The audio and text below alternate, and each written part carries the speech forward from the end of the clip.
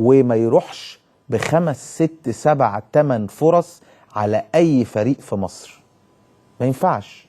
ازاي انا ما عنديش القدرة مع اللعيبة دي ان انا اهدد المرمى، ان انا اسيطر على المباراة، ان انا فرص التهديف تكون عندي اكتر بكتير من اي فريق؟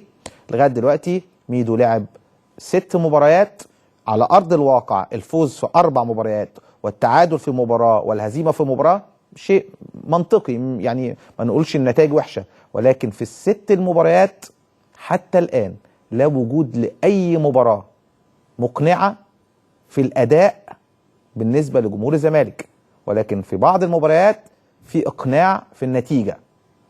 النهاردة الزمالك خسر كوفي في مباراة النادي الأهلي بالطرد، علي جبر عايزين نتأكد بس من المعلومة، وأيضا خسر نادي الزمالك بعدم لعب كهربا في مباراة النهاردة 3 نقاط، وفي المقابل النادي الأهلي لاعب حسام عاشور ولاعب حسام غالي وأحمد فتحي وكل اللعيبة، واحقاقا للحق وأنا راجل صريح، محمود البنا النهاردة مش عايز يدي انذارات للاعيبه النادي الاهلي.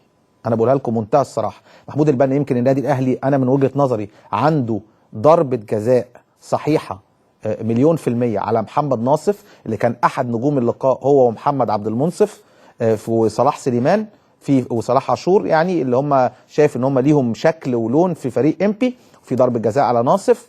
لكن ايضا محمود البنا من الواضح جدا انه لا يريد ان يعطي انذار للاعيبه النادي الاهلي، يمكن عشان الماتش اللي جاي ماتش الزمالك. هنطلع ليه فاصل اعلاني ونرجع نفتح التليفونات لكل مشاهدي اللعبه الحلوه مع بندق.